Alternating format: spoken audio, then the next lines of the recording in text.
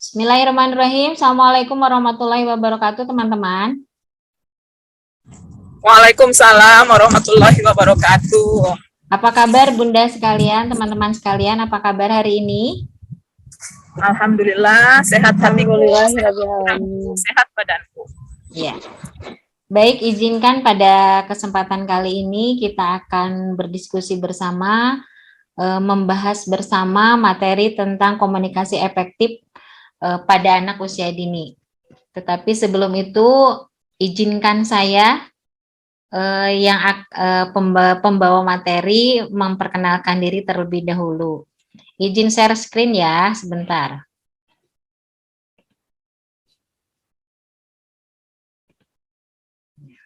Apakah sudah tampak? Sudah ya? Ya. Sudah. Baik, materi kita hari ini adalah tentang komunikasi efektif pada anak usia dini.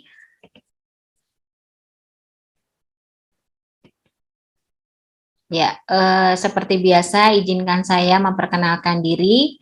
Saya Wati Sukmawati.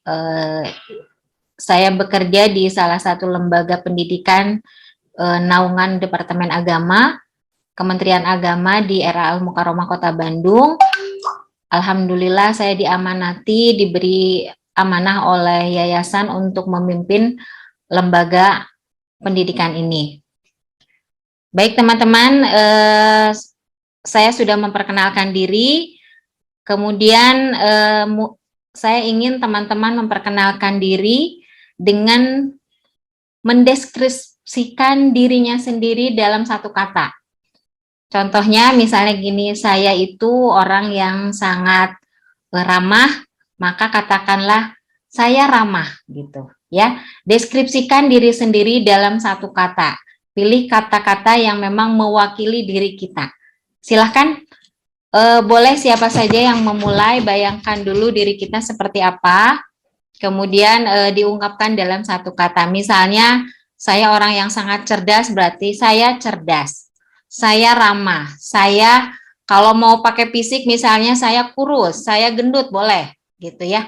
Mangga, saya persilakan kepada teman-teman yang hari ini sudah masuk untuk memperkenalkan dirinya masing-masing. Kami persilakan.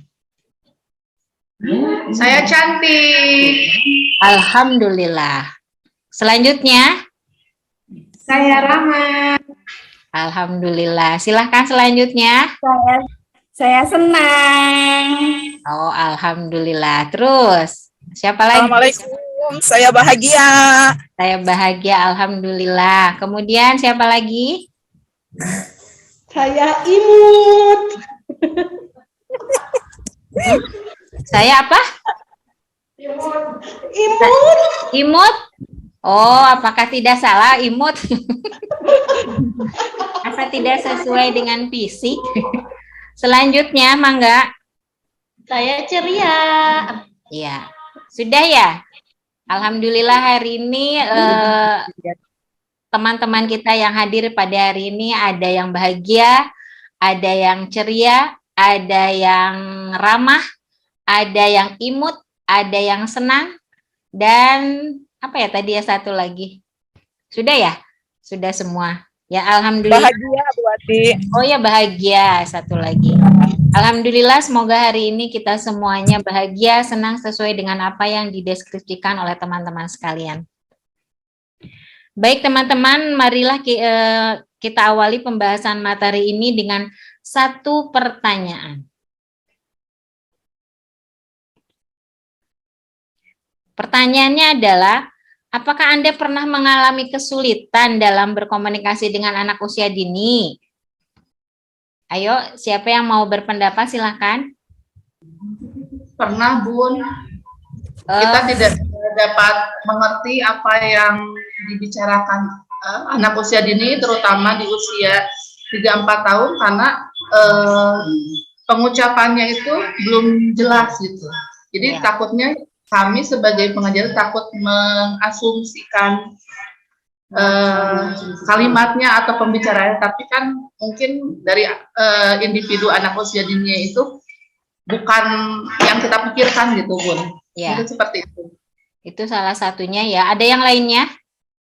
masalah atau kesulitan yang pernah dialami oleh teman-teman dalam menghadapi anak-anak usia dini dalam berkomunikasi. Saya pernah buat di Ya, terutama ketika ada konflik misalkan atau anak sedang ada masalah, ketika kita sedang memberikan bimbingan, karena kita kan harus menggunakan bahasa yang benar ya, kadang ya merasa khawatir dengan apa yang bahasa yang kita sampaikan justru malah membuat anak semakin tidak percaya diri atau semakin down atau semakin menghindarkan anak terhadap menjauhkan kepercayaan anak terhadap kita sebagai guru gitu.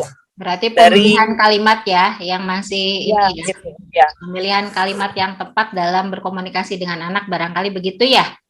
Ya, betul. Ada lagi? Apa sih? Ini Buati cara kita menegur atau mengingatkan anak yang suka bicara tidak semestinya anak omongkan gitu, kasar. Tapi anak saya refleks jadinya, jadi kira deh kumaha gitu. Mengingatkan anak ketika anak-anak mengucapkan hal-hal yang tidak pantas barangkali gitu ya? Iya. Ya. Ada lagi? Cukup? Ya. Itu memang kendala-kendala yang sering kita hadapi di lapangan. Kita tidak memahami apa yang disampaikan oleh anak-anak kepada kita, sehingga komunikasi kita dengan anak kurang lancar. Kemudian bahasa yang kita ungkapkan kepada anak ketika kita menegur atau ketika kita menyampaikan sesuatu memang harus dipilih, tidak boleh sembarangan. Tetapi baiklah, mari teman-teman, dengan diawali dengan pertanyaan tadi, mari kita lihat sebetulnya komunikasi itu apa ya? Kira-kira menurut teman-teman apa komunikasi?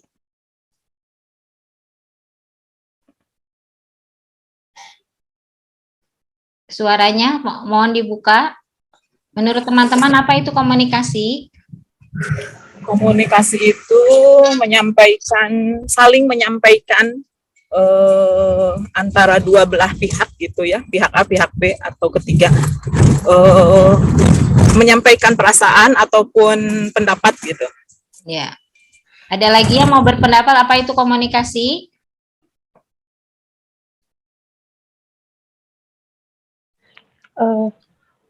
Izin menjawab ya, Bu. Silahkan. Komunikasi itu terjadinya percakapan dua arah. Jadi saling berbicaranya tuh dua arah gitu, nggak satu arah. Ya. Artinya komunikasi itu ada tiga unsur ya. Ada orang yang menyampaikan pesan, kemudian ada orang yang menerima pesan, dan satu lagi adalah pesannya itu sendiri. Betul begitu ya teman-teman ya? Ya. Ya Bu, betul begitu. Mari kita lihat secara teori bahwa komunikasi itu apa ya. Nah ini, komunikasi itu merupakan kegiatan penyampaian pesan. Proses tersebut melibatkan dua pihak yang berkomunikasi yang masing-masing bertujuan membangun suatu makna agar keduanya memahami atas apa yang sedang dikomunikasikan. Jadi ketika kita menyampaikan pesan kepada seseorang, itu adalah proses komunikasi. Jadi kegiatan menyampaikan pesan itu adalah kegiatan komunikasi. Jadi komunikasi itu adalah kegiatan menyampaikan pesan. Dari siapa pesannya? Dari yang memberikan pesan kepada yang menerima pesan. Nah, kendalanya adalah biasanya apakah pesan yang kita sampaikan itu bisa dipahami oleh orang tersebut atau tidak.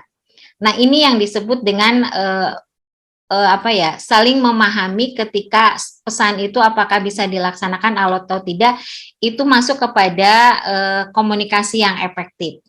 Coba, nah ini nih, komunikasi yang efektif itu adalah cara guru, kalau kita dalam dunia pendidikan anak usia dini, kita mungkin lebih kepada pendidikan anak usia dini, artinya bagaimana pesan pembelajaran itu bisa disampaikan kepada anak-anak, apakah sudah efektif atau tidak.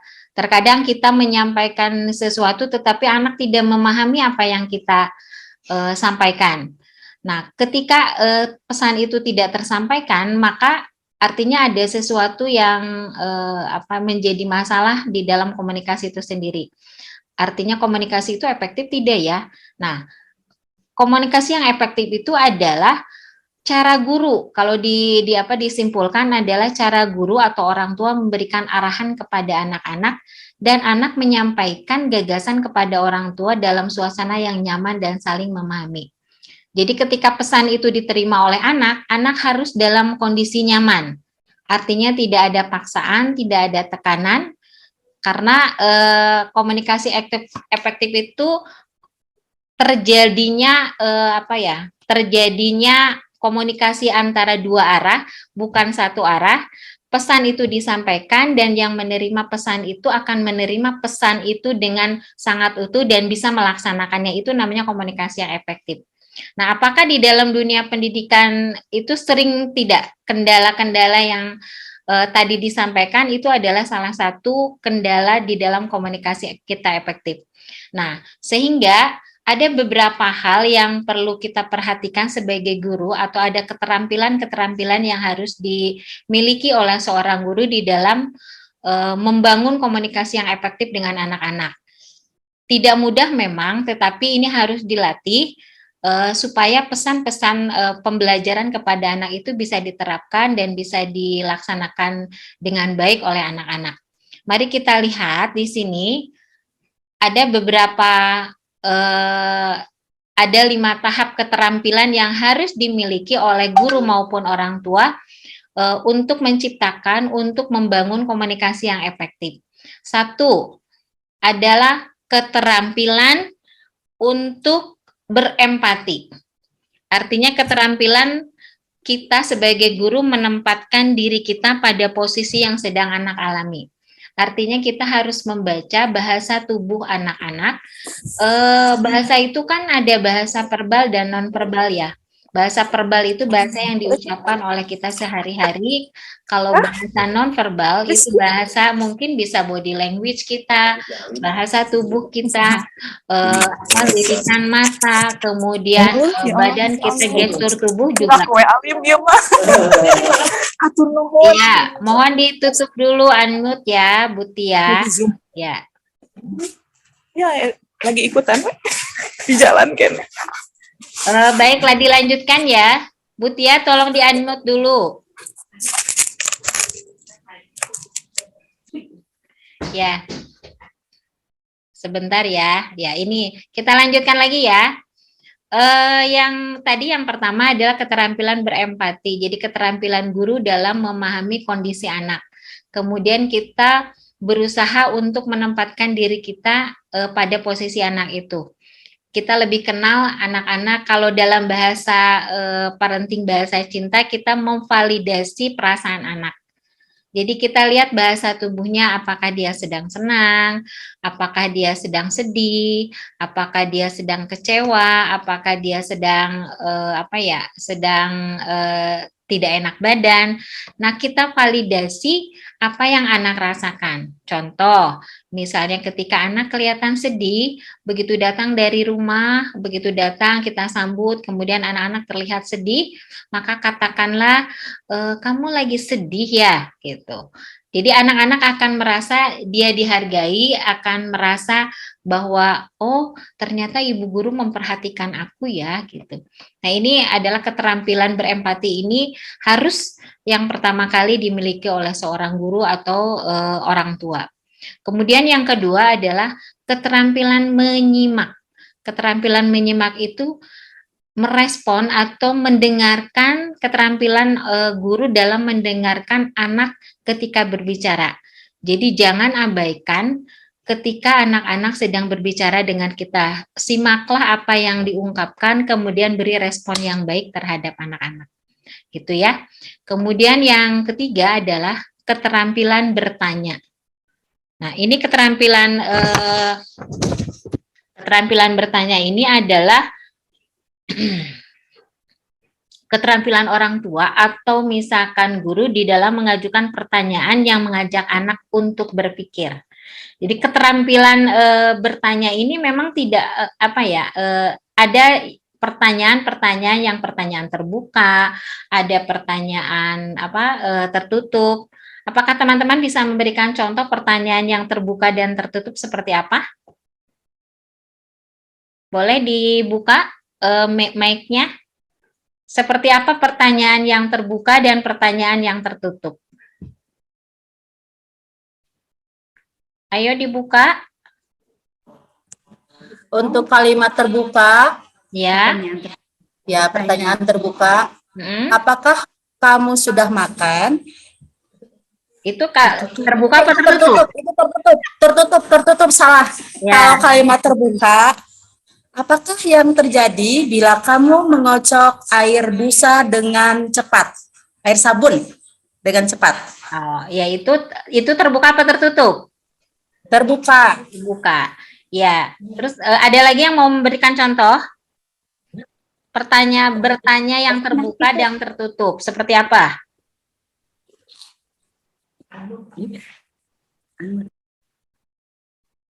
Ya, baik.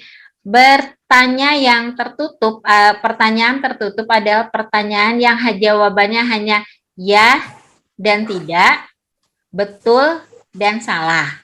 Jadi hanya dua kata yang menjadi pilihan anak. Tapi pertanyaan yang terbuka adalah pertanyaan yang membuat anak bisa berpikir. Jadi apa ya? Jadi misalnya jangan kamu sudah makan, pasti jawabannya apa? Sudah atau belum. Tapi coba kalimatnya dirubah, misalnya makan dengan apa kamu hari ini? Pasti akan ada jawaban yang panjang, bukan ya dan tidak saja. Ini keterampilan bertanya ini adalah keterampilan yang wajib dimiliki oleh seorang guru. Karena dengan pertanyaan-pertanyaan yang dikeluarkan oleh guru, ini yang akan menstimulasi perkembangan otak anak. Jadi pandai-pandailah guru memberikan pertanyaan terbuka kepada anak-anak supaya stimulasi perkembangan otaknya akan terangsang dengan baik, ya. Yang berikutnya yang keempat adalah keterampilan bercerita. Jadi keterampilan bercerita ini ada keterampilan dengan bahasa yang mudah dipahami anak. Jadi seorang guru TK atau seorang guru RA atau orang tua yang memiliki anak-anak usia dini tentu harus punya keterampilan bercerita. Karena di usia-usia ini adalah anak-anak paling senang mendengarkan cerita. Nah, cerita apa yang mesti diberikan kepada anak ini tentu juga harus dipikirkan, tidak boleh sembarangan cerita yang memang aman untuk didengar oleh anak-anak, ya.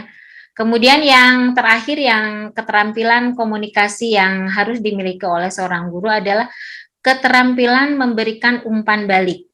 Jadi ketika anak-anak bertanya, respon kita seperti apa? Apakah respon kita positif atau tidak? Jadi kita harus lebih kepada menyimak seperti tadi ya, ini yang menyimak pembicaraan anak, kemudian kita memberikan respon yang tepat kepada anak. Ada yang bisa memberikan contoh respon yang tepat ketika misalkan anak-anak itu bercerita tentang minumannya yang tumpah. Ada tidak? Respon kita kira-kira seperti apa ketika anak-anak bercerita, Bu Guru, minuman aku tumpah. Kira-kira apa yang mesti diungkapkan oleh seorang guru? Ada yang bisa memberikan contoh? Saya izin menjawab, Bu Wati. Mangga, silahkan. Ya, ketika anak air minumnya tumpah, kita memberikan kesempatan kepada anak untuk menyelesaikan masalahnya. Misalkan, oh tumpah ya, berarti apa yang harus kamu lakukan ya? Supaya aman, teman-temannya aman, kamu juga aman, tidak terpeleset, misalkan gitu. Terima kasih Bu, Ibu bahagia ya? Ya, bahagia selalu. Ya, bahagia selalu ya. Iya betul, jadi apa yang ketika anak-anak berkeluh kesah tentang apa yang dia rasakan, menceritakan sesuatu, maka responlah dengan kalimat-kalimat yang positif. Oh begitu ya, apa yang harus kamu lakukan jika memang minumannya tumpah gitu ya. Jadi topik pembicaraannya kepada itu, kemudian kita beri beri pertanyaan lagi yang membuat anak-anak berpikir apa yang dia harus lakukan. Jadi jangan mudah memberikan jawaban kepada anak ketika anak bertanya sesuatu kepada kita, tetapi ajaklah anak untuk berpikir seolah-olah kita tidak tahu gitu. Contoh misalnya, anak-anak, Bu Guru kenapa ya kok mobil bisa berjalan? Kita kan tentu tahu ya, pasti kalau mobil berjalan itu karena ada mesinnya, kemudian ada bensinnya, itu pasti kita tahu. Tetapi kita ajak anak-anak untuk berpikir bahwa menurut kamu, menurut pendapat kamu mobil itu bisa berjalan kenapa ya gitu. Jadi kita balikan pertanyaan itu supaya anak-anak bisa berpikir.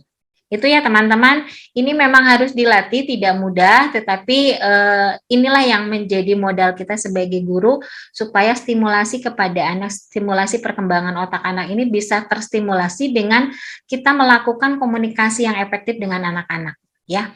Kemudian selanjutnya kita akan melihat teknik meningkatkan bagaimana caranya kita meningkatkan komunikasi efektif dengan anak-anak. Ada banyak poin yang akan kita bahas. Ada kurang lebih 12 poin bagaimana cara kita meningkatkan komunikasi yang efektif dengan anak-anak. Yang pertama adalah sebentar, ini kelewat ya. Nah, ini yang pertama adalah pahami terlebih dahulu situasi anak. Nah, ini sama seperti tadi yang keterampilan berempati. Jadi, pahami dulu bagaimana kondisi anak pada saat berkomunikasi dengan kita. Apakah dalam kondisi senang, apakah dalam kondisi sedih, apakah dalam kondisi kecewa, atau apapun. Kemudian kita katakan dulu, kamu lagi sedih ya? Apa yang bisa Bunda bantu jika kamu memang sedang sedih gitu ya. Dalami dulu perasaannya, validasi dulu perasaannya, baru kita mengungkapkan apa yang mau dikomunikasikan ya. Kemudian yang kedua adalah tatap mata anak dengan posisi sejajar. Karena badan kita orang tua lebih tinggi, maka tentu badan kita harus direngkuhkan atau disejajarkan supaya anak-anak merasa nyaman berkomunikasi dengan kita. Kemudian tatap matanya. Jadi jangan sampai ketika kita berkomunikasi mata kita kemana tidak fokus gitu ya. Jadi fokuslah, tataplah mata anak. Kalaupun misalkan anaknya tunduk atau anaknya tidak bisa fokus, kita alihkan mukanya kepada menghadap kepada muka kita. Itu yang kedua. Kemudian yang ketiga, lihatlah ekspresi wajah anak. Apakah ketika mengungkapkan itu dia lagi senang, jadi ketika menerima jawaban atau respon dari kita lihat ekspresi muka anak, kita harus paham betul, harus hafal muka anak ketika senang, ketika sedih, ketika kecewa gitu ya. Kemudian yang berikutnya, bicaralah dengan suara tenang dan pelan. Jadi berbicara dengan anak, buatlah anak itu nyaman. Kalau misalkan nada suara kita tinggi, mungkin seolah-olah anak merasa kita sedang membentak, kita sedang marah gitu ya, padahal nada kita sebetulnya tidak marah, cuma memang nada suaranya terlalu tinggi. Dan itu mungkin tidak nyaman di telinga kita ketika kita berbicara dengan anak, apalagi kalau berhadap-hadapan. Tentu harus bicaranya yang cukup pelan dan cukup didengar saja oleh anak, tidak usah teriak, tidak usah ada bentakan, tidak usah ada nada yang tinggi itu. Karena anak-anak biasanya merespon apa yang tensi suara kita itu akan direspon oleh anak. Ketika suara kita tinggi, maka jawaban anak akan tinggi juga. Tetapi ketika suara kita pelan, mereka akan berusaha untuk merespon kita dengan suara yang pelan juga, ya. Kemudian berikutnya yang kelima. Ya, yang kelima adalah ajukan pertanyaan terbuka dan hindari pertanyaan yang tertutup. Jadi seperti tadi ketika kita mau bertanya kepada anak, sering-seringlah mengajukan pertanyaan yang sifatnya terbuka, yang membuat anak banyak berpikir, bukan pertanyaan tertutup yang anak-anak seringkali jawabannya cuma ya, sudah, belum, tidak gitu ya. Itu anak-anak seperti tidak semangat gitu ya, dan memang itu kurang menggali konsep berpikir anak supaya lebih kritis ya. Kemudian yang keenam adalah lakukan kegiatan bersama. Nah, komunikasi yang efektif ini akan terjalin ketika kita sering melakukan kegiatan bersama. kita akan nyaman bercerita kepada anak, anak akan nyaman bercerita kepada kita ketika kita sering melakukan kegiatan bersama dengan anak-anak, ya. Kemudian yang berikutnya, yang ketujuh, hindari memotong pembicaraan anak. Jadi ketika anak-anak bercerita, ketika anak-anak berkeluh kesah tentang sesuatu kepada kita, belajarlah menjadi pendengar yang baik. Dengarkan saja dulu, tidak usah dipotong, dan kita tidak usah berasumsi bahwa si anak begini, si anak begitu gitu ya. Mungkin jangan banyak mungkin, dengarkan dulu, tidak usah terburu-buru, dengarkan dengan seksama dan simak apa yang diungkapkan oleh anak. Kemudian yang ke-8 adalah hindari hindari benda atau situasi yang mengganggu.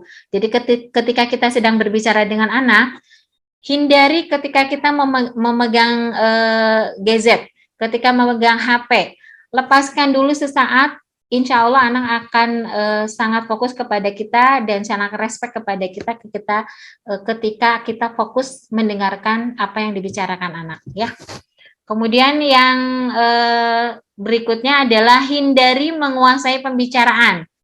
Jadi ketika anak bercerita, kita cukup mendengarkan saja. Jadi kurangi banyak kita ngasih ceramah panjang-panjang, tidak usah, cukup dengarkan saja, keluarkan respon yang positif kepada anak supaya anak lebih paham, ya.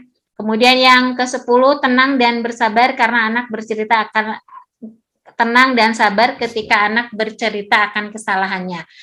Kuncinya adalah sabar dan tenang ketika anak-anak melakukan kesalahan, tidak usah menjadi emosi, luapan emosi kita tidak usah seperti itu, tapi tahan emosi, dengarkan saja dulu. Maka akan solusi untuk solusi untuk kesalahan itu, apa yang harus dilakukan itu akan ketemu bersama-sama, bukan dari kita, tetapi anak juga bisa menemukan solusinya sendiri. Kemudian yang ke-11, gali informasi sebanyak mungkin agar muncul solusi seperti yang tadi. Dan yang terakhir adalah hindari topik pembicaraan yang berulang-ulang. Jadi kita jangan mengulangi cerita-cerita yang sudah ayah sama bunda mah ceritanya itu lagi, itu yang membuat anak-anak tidak respect kepada kita. Ya, itu teman-teman barangkali. Nah, sekarang ada pilihan. Silakan bunda sekalian untuk memilih sesuatu, memilih fikwan itu, pilih salah satu, menjadi pendengar, menjadi mendengar, atau mendengarkan. Silakan. Mendengarkan.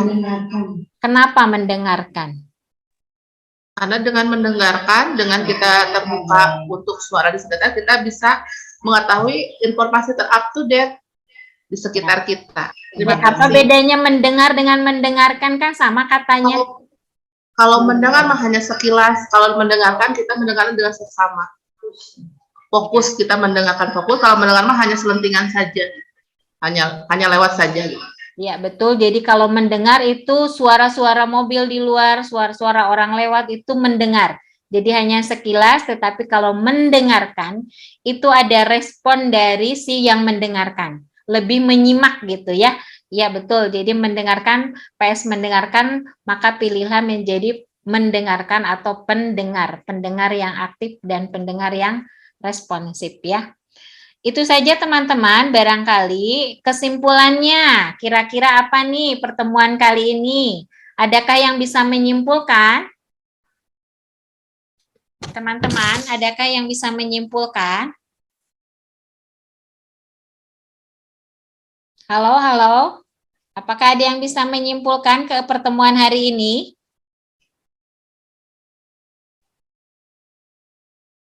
Kira-kira apa ya pertemuan hari ini? Mila saja, Bu Mila, simpulkan Bu Mila. Dari yang sudah dipaparkan tadi, apakah teman-teman bisa menyimpulkan materi hari ini?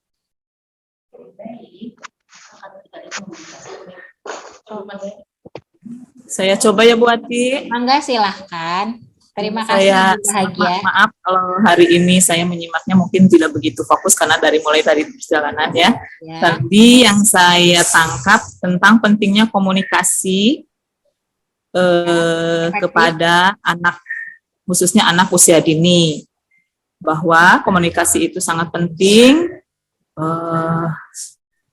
terutama untuk membuka wawasan anak. Dalam komunikasi itu kita harus fokuskan, harus lebih memilih komunikasi atau dengan bertanya secara terbuka supaya wawasan anak semakin terbuka juga gitu. Iya. Maaf mungkin itu.